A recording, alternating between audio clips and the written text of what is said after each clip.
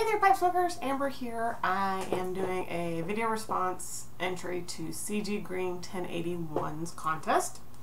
Most cherished memory, or one of those. Of course, the day I had my daughter was a great memory. It was also one of the most painful memories I've ever had, but it was a good one in the end. But I have to say one of my favorite memories is when Mark and I had our first date. I'll give you the lead into that as well. Excuse me. Of course, you know, Mark's a children's entertainer. I'm a daycare director now. I wasn't back then when we met. We've been together 9 years in January. But at that time, I was a pre-K teacher. And Autumn was probably, she was just a month shy of 3. So he would come in and do shows for the daycare every couple months, and you know, we'd always strike up a conversation. I always, you know, kind of liked him. Great personality, always made me laugh and stuff. And so he once told a joke. My friend and I were standing there talking, and he goes, "How do you make a hormone?" And I go, "I don't know." And he goes, "Don't pay her." And he had my heart from then. No, I'm kidding. We just kind of looked at each other and go, this guy's kind of strange. But he would always leave CDs to sell, and he was coming to pick up the money one day, and we started talking. He's like, "We ought to catch a movie sometime." I was like, "Sure, sounds good to me." And so I had his card and was going to call. I didn't give him my number, but I had his. So I also used the ruse of hiring him to do Autumn's birthday party. And so I called his phone, hung up 3 times because I was so nervous. I left a message, you know, I wanted to hire you for my daughter's birthday party and all that. And so he calls me back and says, you know, "Do you want to go out sometime?" I was like, "Well, you know, sure." And he's like, "Okay, well, I'll call you back and let you know the details." So he calls me back another day and says, you know, "Would you like to go to a comedy show?" I was like, "Sure." I've never been to one, you know, never been to a comedy club or anything like that. So he said, "Okay, Friday night, I'll pick you up." I said, "Okay." We had him pick me up at my mom's house. Between the time that we got the phone call and that Friday, I lost my driver's license. Had no clue where it was. Started looking for it, could not find it anywhere. Started thinking, where did I leave it? Where did I leave it? Thursday night, I remembered one of the last places I thought I'd seen it. It was at a Boston market. So I called them and they're like, "Oh yeah, we've got it." I was like, thank God. Because we wouldn't have been able to go on the date had we not found it. So I found it, everything worked out. So Friday night comes, he comes and picks me up.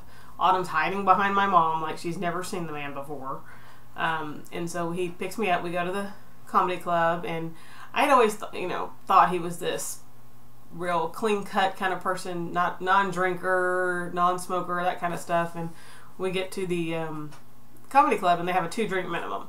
But of course, I guess you can order sodas and stuff. So, and he orders a beer, and I was just kind of like really surprised because I didn't think he was a drinker of any sort. You know, I guess wrong impression. People had told me things, so I guess I listened to them and didn't really think about it. And so we sat through the comedy show, and the guy we saw his name was Ron Shock, one of the best comedians we've ever seen, just funniest guy ever. And no matter how many times we've seen him saying the same jokes, they were always funny because we actually ended up going to see them like 2 or 3 other times after that. But so we leave the comedy club and we're like, "Well, you want to go grab something to eat?" So we decided to go to Chili's, and Chili's on a Friday night, if anyone's ever been there, you know it's like chaos.